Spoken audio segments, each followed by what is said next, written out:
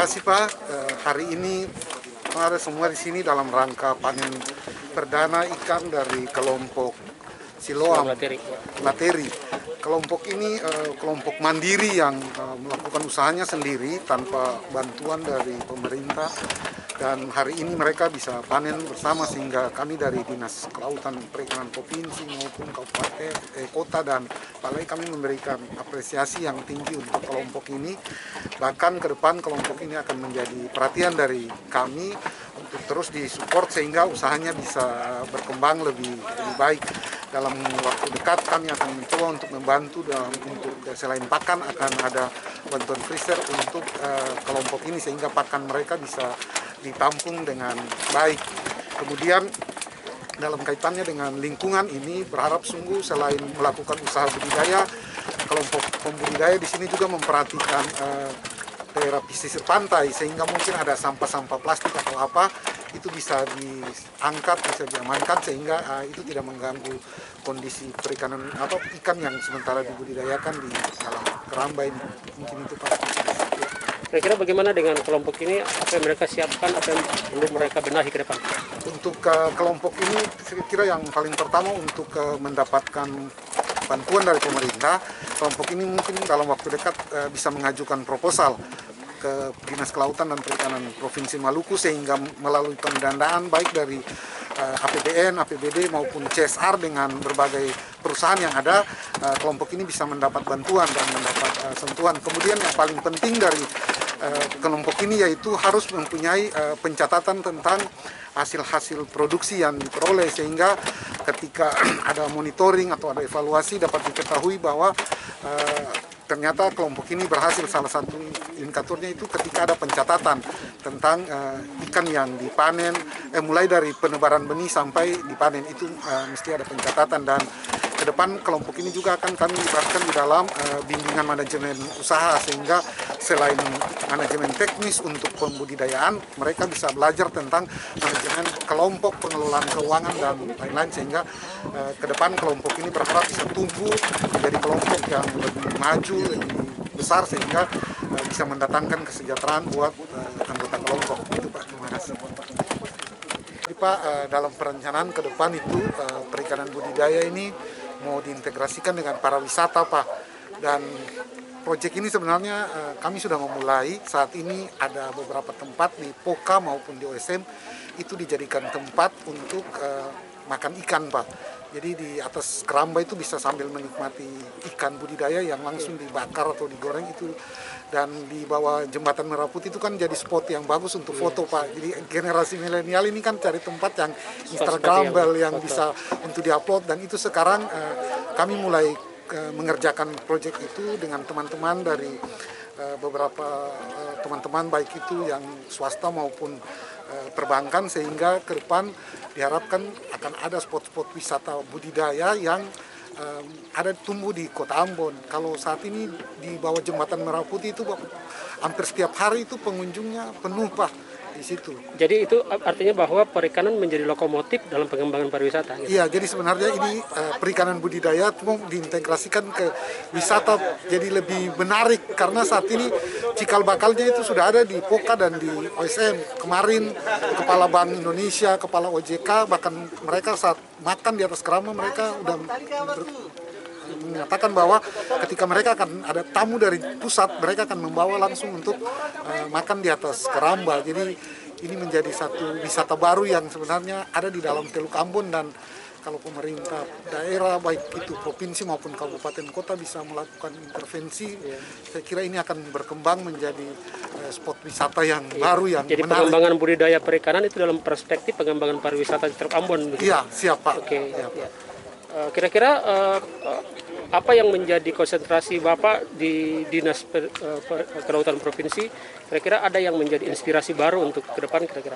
Jadi sebenarnya di tengah pandemi ini membuat kami muncul inspirasi baru untuk itu mengaitkan, mengintegrasikan antara perikanan budidaya dengan pariwisata karena di tengah-tengah kondisi pandemi yang ekonominya lesu ini, begitu banyak masyarakat di Kota Ambon mungkin karena bosan juga tado di rumah, mereka sekarang lebih mencari tempat makan yang sedikit menantang Bapak Ibu. Jadi mungkin ini jadi sesuatu yang baru ketika bisa makan langsung di atas keramba, di atas laut, dan ini menjadi sesuatu yang mungkin baru karena sebelumnya kan orang makan ikan ini di restoran. Dan kalau kita melihat perkembangan pengunjung untuk keramba-keramba yang ada di Poka itu sangat signifikan dari hari ke hari. Mulai banyak orang datang karena ini kami termasuk mempromosikannya melalui media-media sosial yang kami miliki, sehingga pengunjungnya juga mulai bertambah, Bapak.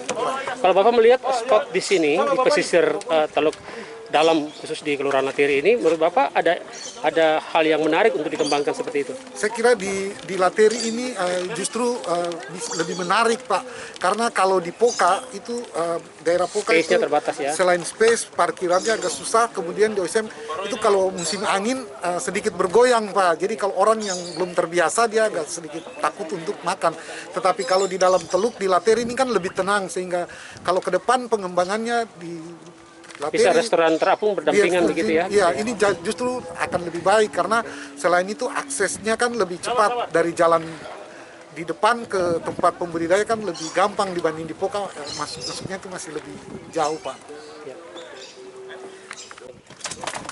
Ya, terima kasih. Kami dari Balai Perikanan Budidaya Laut Ambon sangat bersyukur bahwa kelompok Siloam ini merupakan kelompok swadaya yang belum disentuh oleh bantuan tapi sudah bisa mandiri. Untuk itu kami sangat berharap bahwa persekutuan, kebersamaan dari kelompok itu bisa dipegang teguh sehingga kelompok ini bisa berlanjut dengan baik.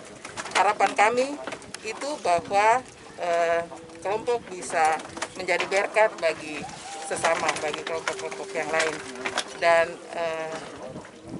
kami mohon maaf bahwa walaupun kelompok sudah sampai pada panen mandiri, tapi kami dari Balai Perikanan Budidaya Laut Ambon belum sama sekali menyentuh kelompok ini. Untuk itu kami berjanji bahwa kami akan memperhatikan kelompok ini ke depan dengan program-program yang ada pada kami seperti bantuan benih ikan konsumsi, dan itu yang akan kami prioritaskan ke kelompok Siloam 2 di Lateri ini. Terima kasih. Jadi harapan kami ke depan untuk kelompok-kelompok budidaya yang khususnya di dalam Teluk Ambon ini. Yang pertama, kita menyikapi dengan kondisi topografi teluk ini yang memungkinkan untuk budidaya ikan, dan di mana berdasarkan Perda RCTWP 31 nomor 1 dari provinsi, di mana ditetapkan kawasan ini sebagai kawasan budidaya. Jadi karena ditetapkan sebagai kawasan budidaya, jadi dari harapan kami dari dinas ini bagaimana kita bisa memanfaatkan potensi yang ada ini untuk dikembangkan sesuai dengan potensi yang ada untuk budidaya. Sehingga ke depan ini kita harapkan ada bukan saja budidaya ikan, tetapi dalam potensi yang ini mungkin ada budidaya komunitas-komunitas yang lain, seperti budidaya lobster misalnya. Itu yang harapan kami ke depan. Dan begitu juga untuk budidaya ikan ini, jangan kita hanya satu jenis ikan saja, tapi ada diversifikasi komoditas jenis ikan. Kalau memang hari ini kita panen bersama di kelompok Siloam ini adalah jenis bubara, ya mungkin ke depan bukan saja bubara, tetapi juga ada jenis komunitas ikan yang menilai jual yang tinggi seperti kerapu misalnya.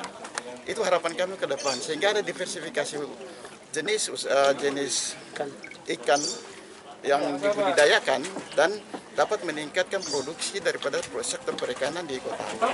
Itu harapan kami ke depan, dan yang kami inginkan khusus untuk kelompok ini, kebersamaan itu yang harus ditingkatkan dan jaga ini kebersamaan itu, karena kebersamaan ini yang bisa menghasilkan bisa mendrive semua potensi yang ada di sini untuk mengembangkan sektor perikanan sesuai dengan potensi yang ada di wilayah sini. Mungkin itu yang harapan kami.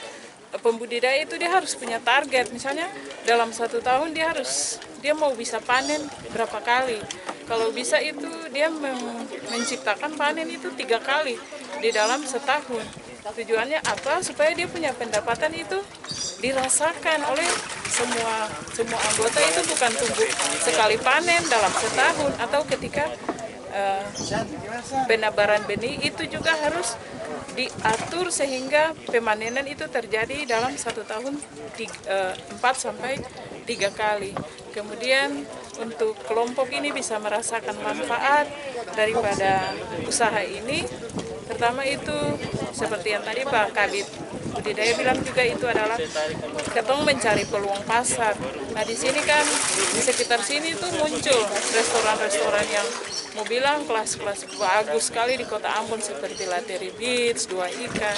Nah bagaimana kelompok ini dia bisa memasarkan dia punya ikan ke situ dengan harga yang sesuai yang sudah ditetapkan, itu dapat membantu kelompok ini sehingga menjadi motivasi dalam berusaha agar kelompok ini pendapatan yang dapat itu bisa meningkatkan kesejahteraan dari pembudidaya itu sendiri dan keluarganya. Jadi memang kalau kita lihat keberhasilan pembudidaya di dalam Teluk Kota Ambon ini, itu pertama itu kita lihat dari kemauan kelompok dengan target, dalam satu hal juga pencatatan yang tepat supaya katong bisa mengukur tingkat keberhasilannya, katong tuh sampai di mana, ada kendala-kendala apa yang misalnya katong temui, itu juga menjadi evaluasi untuk katong perbaiki. Jadi keberhasilan itu juga tergantung dari evaluasi dan perbaikan ke depan.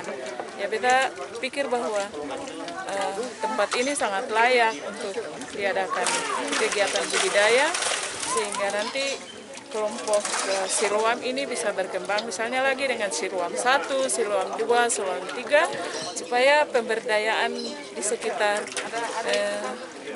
daerah ini, pesisir ini kemudian menjadi satu sektor usaha baru di Pelpri. Ya. Sekarang ini pemberdayaan itu dia bukan masuk saja pada Popda Kantor, tapi kita lihat ada lembaga-lembaga swadaya masyarakat juga berusaha juga untuk mengembangkan usaha, lembaga-lembaga keagamaan, dan itu tidak yang namanya masyarakat mau berusaha tetap itu akan diperhatikan oleh pemerintah melalui intervensi program, ada dari provinsi, ada dari budidaya, dan ada dari Dinas Perikanan Kota Ambon sendiri. Nah, yang paling penting itu Pak, ada penyuluh lapangan. Nah, penyuluh lapangan ini bisa difungsikan karena pendampingan terhadap kelompok ini juga berhasil dari mereka. Mungkin secara teknis mereka bisa mendampingi kelompok dalam kegiatan pembesaran, kegiatan misalnya cara budidaya ikan yang baik seperti apa, kegiatan cara memberi pakannya bagaimana, secara teknis itu ada penyuluh lapangan. Mungkin penyuluh lapangan bisa mendampingi kelompok ini di dalam mengembangkan usaha ini ke depan. Kita percaya bahwa usaha ini pasti akan lebih baik karena semangat ini kita percaya ini spirit, ini awal spirit yang baik untuk Siloam berkembang lebih baik lagi ke depan. Terima kasih Pak.